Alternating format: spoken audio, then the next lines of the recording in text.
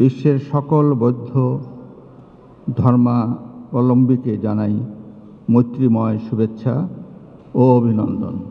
ধর্ম উপলব্ধির বিষয়, তর্কের নয়। আজ বিশ্বের বহু স্থানে মানবাধিকার ভুলণ্ঠিত হচ্ছে। দেশে দেশে যুদ্ধবিগ্রহ বিশ্ব অর্থনীতিকে ভারসাম্যহীন করে তুলেছে। শুভ বুদ্ধ পূর্ণিমা উপলক্ষে আমি বাংলাদেশ সহ বিশ্বের সকল বৌদ্ধ ধর্মাবলম্বীকে জানাই মৈত্রীময় শুভেচ্ছা ও অভিনন্দন। শুভ বুদ্ধ পূর্ণিমা বৌদ্ধ ধর্মাবলম্বীদের প্রধান ধর্মীয় উৎসব। আবহমান কাল হতে বাংলাদেশের বৌদ্ধ সম্প্রদায় অহিংস পরম ধর্ম। বুদ্ধের এই অমীয় বাণী আজও সমভাবে প্রযোজ্য। সব ধর্মই মানুষের কল্যাণের কথা বলে, মানুষকে শান্তি ও সৌহার্দ্যের শিক্ষা দেয়। প্রতিটি ধর্ম থেকে যা উৎকৃষ্ট তা গ্রহণ করতে হবে এবং নিকৃষ্ট পরিত্যাগ করতে হবে। মানুষের কল্যাণের জন্যই ধর্ম, অকল্যাণের জন্য নয়। মনে রাখতে হবে, ধর্ম উপলব্ধির বিষয়, তর্কের নয়।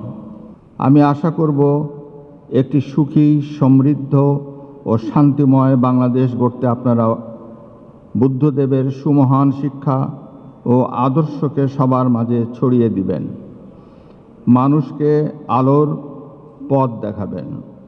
আজ বিশ্বের বহু স্থানে মানবাধিকার ভুলণ্ঠিত হচ্ছে।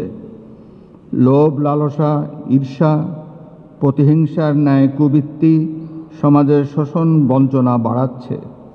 দেশে দেশে যুদ্ধবিগ্রহ বিশ্ব অর্থনীতিকে ভারসাম্যহীন করে তুলেছে। বাংলাদেশ সহ বিশ্বের বিভিন্ন দেশের আর্থ সামাজিক খাতেও এর নেতিবাচক প্রভাব পড়েছে। কঠিন এ সময়ে আমাদের একে অপরের পাশে দাঁড়াতে হবে। আমাদের প্রতিবেশী, বন্ধুবান্ধব ও আত্মীয় স্বজন কেউ যেন উৎসবের আনন্দ থেকে বঞ্চিত না হয়, সেদিকে লক্ষ্য রাখতে হবে। জাতির পিতা বঙ্গবন্ধু শেখ মুজিবুর রহমানের নেতৃত্বে অসাম্প্রদায়িক বাংলাদেশ গড়ার সংকল্প নিয়েই এই দেশটি গড়ে উঠছে।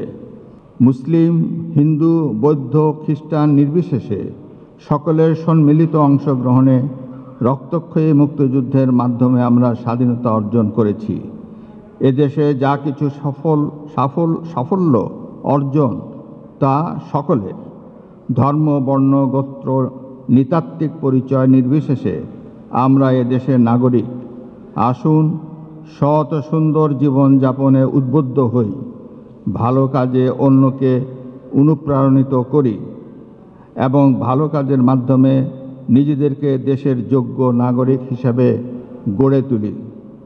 নগদে 500 টাকা বা তার বেশি পেমেন্টে পেতে পারেন ঢাকায় জমিসহ 20 কোটি টাকার পুরস্কার।